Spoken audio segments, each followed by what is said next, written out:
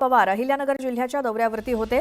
अहिल्यानगर जिल्ह्यातील राहुरी येथील शेतकरी मेळाव्यात अजित पवारांनी जोरदार फटकेबाजी केली। चुकीचं समर्थन करत नाही, एक दोनदा समजून सांगेन, मात्र इजा झाल्यानंतर सहन करणार नाही असं म्हणत उपमुख्यमंत्री अजित पवारांनी अप्रत्यक्षपणे कृषी मंत्री कोकाटेंना इशारा दिला।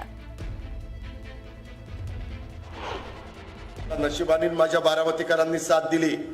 मी वयाच्या 30व्या वर्षी खासदार झालो। पहिला खासदार झालो, सुधाकर नाईकांच्या मंत्रिमंडळात राज्यमंत्री झालो आणि त्याच्यानंतर मग वेगवेगळी पदं मला मिळत गेली।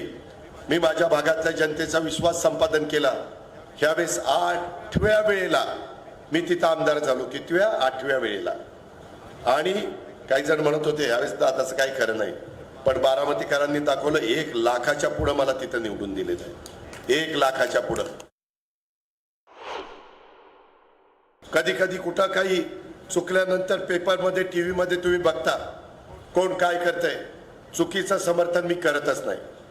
माझ्याही कोणी चूक केली तर त्याबद्दल मी कारवाई करणारा कार्यकर्ता आहे। मी एकदा तुम्हाला समजून सांगेन, दोनदा समजून सांगेन, तीनदा समजून सांगेन, पण इजा तिजा झाल्यानंतर चौथ्यांदा मी काही समजून सांगत नाही।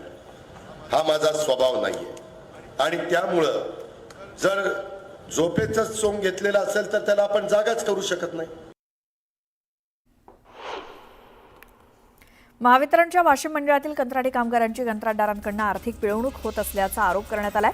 दरम्यान कंत्राटदारांवरती कारवाई व्हावी या मागणीसाठी 16 जुलैपासून बेमुदत धरणं आंदोलन सुरू आहे, मात्र अद्याप महावितरणकडून कोणतीही दखल घेण्यात आली नाही।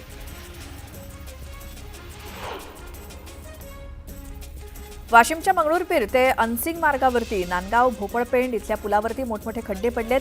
खड्ड्यांमध्ये पावसाचं पाणी साचल्यामुळे अपघातांच्या घटनांमध्ये वाढ होते।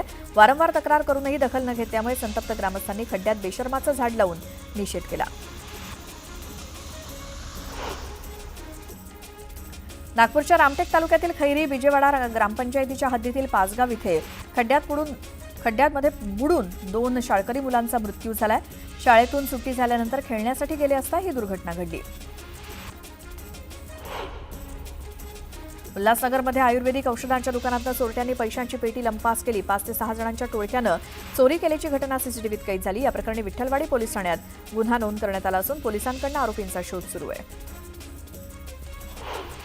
हरिद्वारमधील मनसा देवी दुर्घटनेतील मृतांची संख्या 8 वर पोहोचली आहे, तर 30 लोक जखमी झालेत।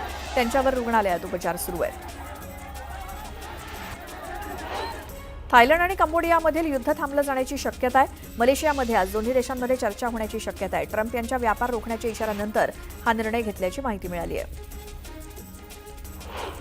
थायलंड आणि कंबोडिया या देशांमधील संघर्ष थांबवण्यासाठी अमेरिकेचे राष्ट्राध्यक्ष डोनाल्ड ट्रम्प यांनी केलेल्या मध्यस्थीच्या प्रयत्नांना यश आलंय। ट्रम्प यांच्या पुढाकारानं दोन्ही देशांनी शस्त्रसंधीवरती चर्चा करण्याची तयारी दाखवली आहे।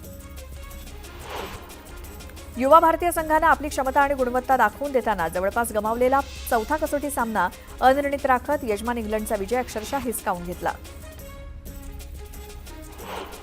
पुण्यातील खराडी भागातील रेव पार्टी प्रकरणी 7ही आरोपींना 2 दिवसांची पोलीस कोठडी सुनावण्यात आली आहे। यामध्ये एकनाथ खडसेंचे जावई रोहिणी खडसेंचे पती प्रांजल खेवलकर यांचाही समावेश आहे। दरम्यान हा बनाव असून प्रांजल खेवलकरला अडकवण्याचा प्रयत्न करण्यात आल्याचा आरोप खेवलकरच्या वकिलांनी केलाय। एका फ्लॅटमध्ये 4 जण येतात, त्याला रेव पार्टी म्हणता येणार नाही, तसंच प्रांजल खेवलकरांनी अंमली पदार्थांचं सेवन केलेलं नव्हतं असा युक्तिवाद खेवलकरांच्या वकिलांनी केलाय। खेवलकर ज्या हॉटेलमध्ये होते तिथे रेकी करण्यात आली होती असं देखील वकिलांनी युक्तिवादात म्हटलंय।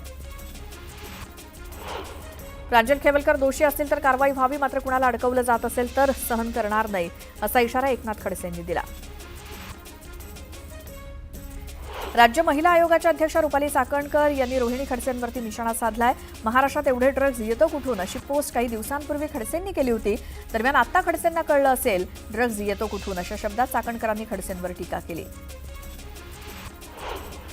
विधान परिषदेच्या उपसभापती आणि शिवसेनेच्या नेत्या नीलम गोऱ्हे यांनी उद्धव ठाकरेंना वाढदिवसाच्या शुभेच्छा दिल्या आहेत, तर राज ठाकरे उद्धव ठाकरेंच्या भेटीवरही नीलम गोऱ्हेंनी भाष्य केलं।